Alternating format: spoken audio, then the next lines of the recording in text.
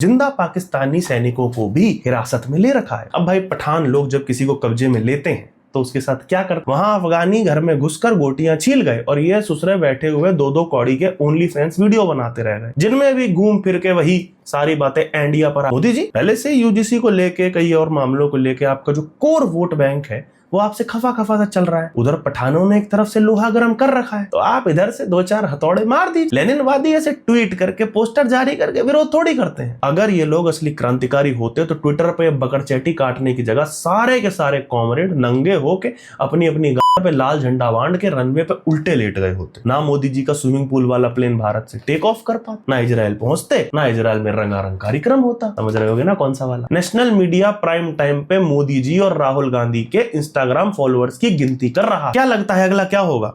दोनों के बीच में कंपटीशन करा लिया जाए कि दोनों में से कच्चा बादाम पर कौन बढ़िया कूले मटकाता है। महान गायिका शकीरा जी ने बता रखा है कि हिप्स डोंट लाई, नेताज ऑलवेज लाई। तो मुंह से तो झूठ ही बोलते हैं, तो एक बार मटकवा कर देख लेते हैं, क्या पता इनके नितंब सच बोल जाए। इस पर भी एक डिबेट रखवा ली जाए आज रात 9 बजे जंगल में दंगल शो पर। हजरात हजरात हजरात। और भैया अफगानियों ने लगा दिए पाकिस्तान के लवड़ भास्कर चूरन रातों रात रातों रात रातों रात। दोस्तों आपके साथ कभी ऐसा हुआ है कि आप पूरे दिन और पूरी रात मेहनत करके एक एक चैप्टर निपटा के अच्छे से सोशल साइंस की तैयारी करके गए हो, तो अगले दिन जब आप पेपर देने जाएं तो आपको पता लगे कि पेपर मैथ का था। यदि आपके साथ भी ऐसा हुआ है तो बिल्कुल भी उदास मत होइएगा, क्योंकि हमारे पड़ोस में कुछ लोग रहते हैं और फ्री टाइम में वो खुद को मुल्क कहना पसंद करते हैं। नाम है पाकिस्तान। उन बेचारों के साथ पिछले 70 सालों से यही होता आ रहा है।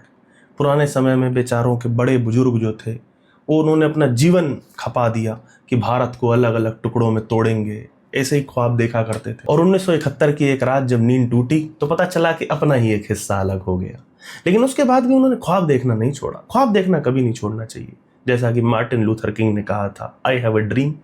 वो भी हर रोज सोने से पहले ख्वाब देखते थे कि डल झील के शिकारे में बैठकर हनीमून मनाएंगे। लेकिन सुबह पाकिस्तानी उठते हैं तो डल झील तो दूर, अपने ही देश के दूसरे छोर पर खून की नदियां बह जाती हैं।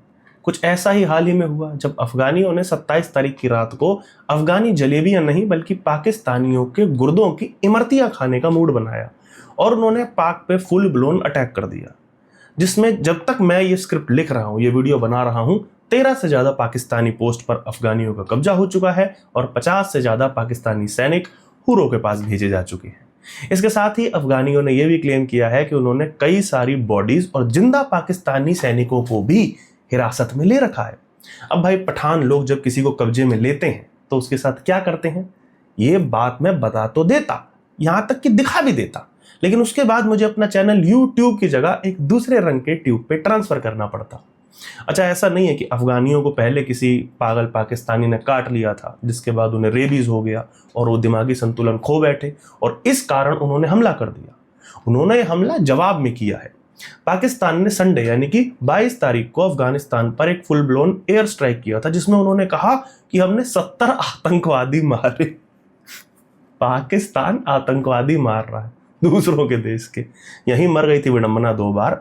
लेकिन इस पे अफगानिस्तान ने कहा कि उन्होंने सिविलियन मारे हैं जिसमें बच्चों तक शामिल थे, तो उन्होंने मारा था। तो जवाब में बृहस्पतिवार की रात को अफगानियों ने मुनीर के चेलों के मोमोज सीख में लगा करके तंदूर में भून डाले। इस पर सोशल मीडिया के जो वॉर ऑर्गेस्मिक बकर काटने वाले लोग होते हैं उन्होंने अभी से दुनिया के खात्मे के तीर छोड़ने शुरू कर दिए हैं।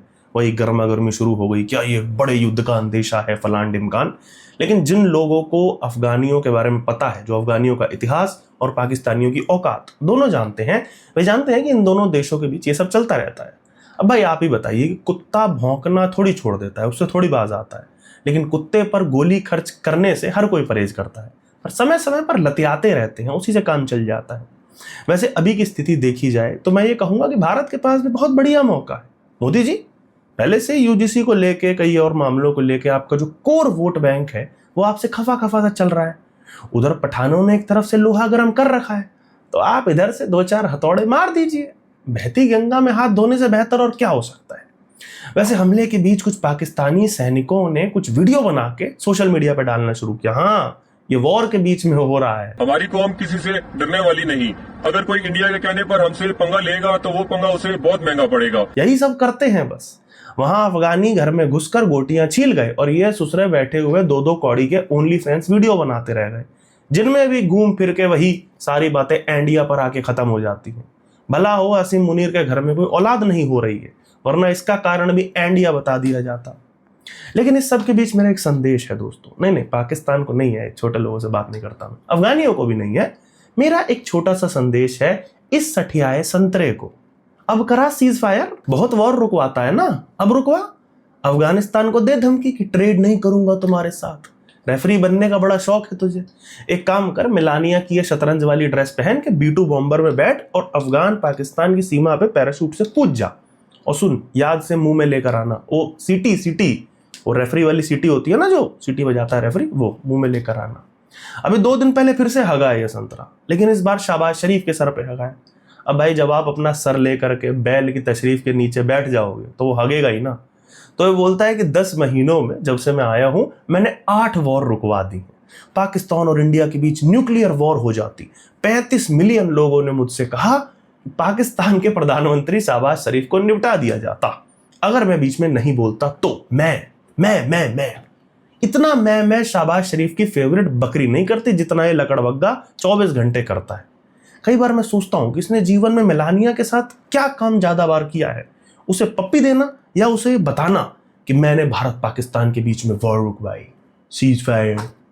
वैसे हमारे वंडरलस्ट यानी कि राजनीति के इम्तियाज अली यानी कि हमारे नादान परिंदे घर वापस आ चुके हैं। जी हाँ, मोदी जी अपने बेस्ट फ्रेंड नेतन्याहू से मिलकर फाइनली भारत लौट आए। लेकिन सबसे पहले मुझे बताओ कि इस वीडियो को देख करके अकेला मैं ही अनकंफर्टेबल फील कर रहा हूं या सचमुच इसमें कुछ तो अजीब है।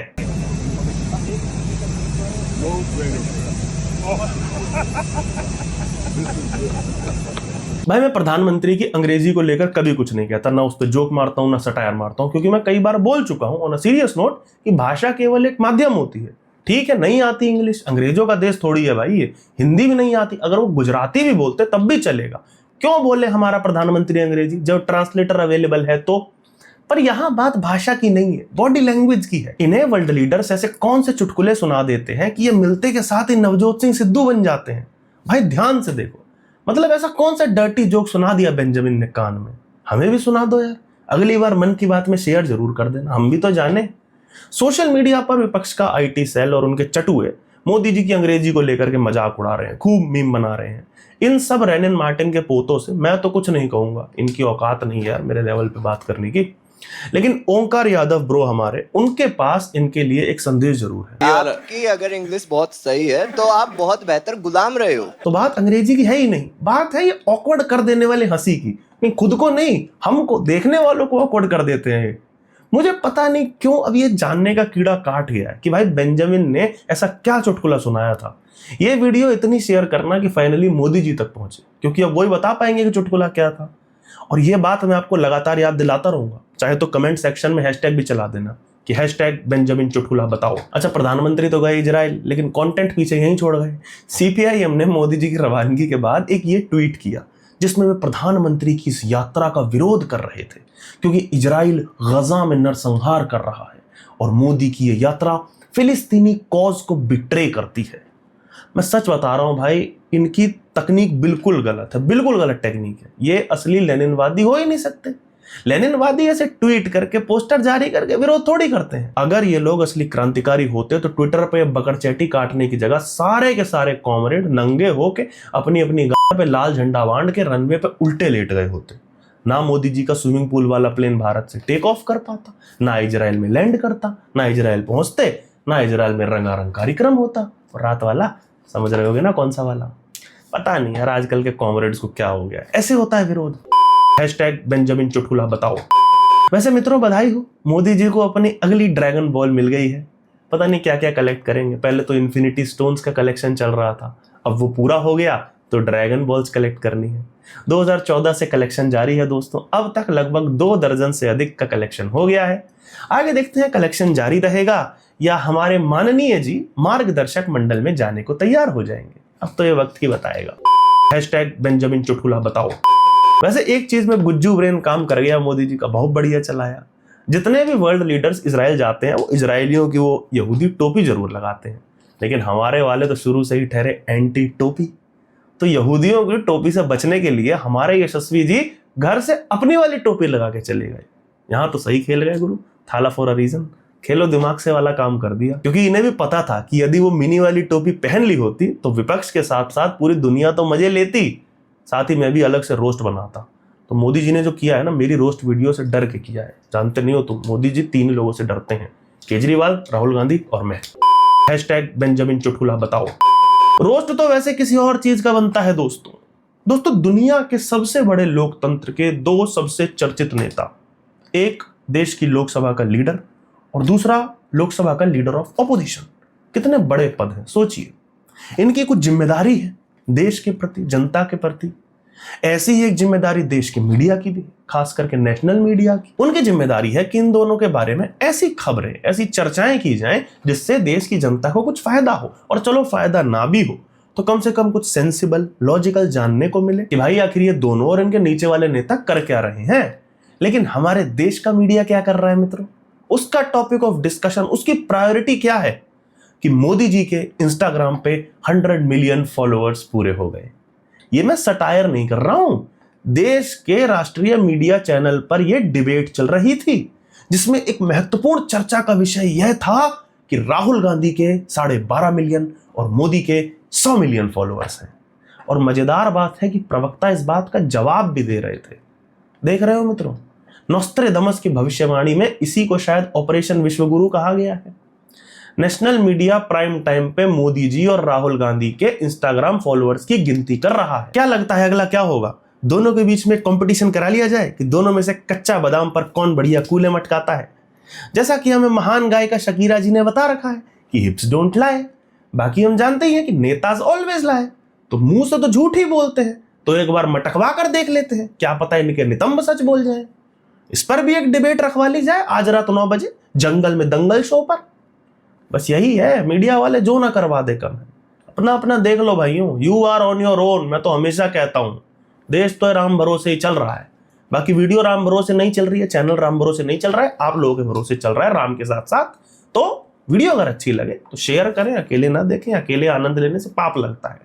व्हाट्सएप पे, फेसबुक पे, अपने फैमिली ग्रुप्स पे आप वीडियो शेयर करें, अपने पॉलिटिकली अवेयर दोस्तों के साथ, नॉन अवेयर दोस्तों के साथ भी, क्योंकि हर किसी को पॉलिटिकली अवेयर बनाना है। और चैनल पे पहली बार आए हैं तो चैनल सब्सक्राइब कर दीजिएगा, और अगर पहले से सब्सक्राइबर है तो दूसरों से सब्सक्राइब कराइएगा। वीडियो अंत तक देखने के लिए आपका बहुत बहुत धन्यवाद। हैशटैग बेंजामिन चुटकुला बताओ।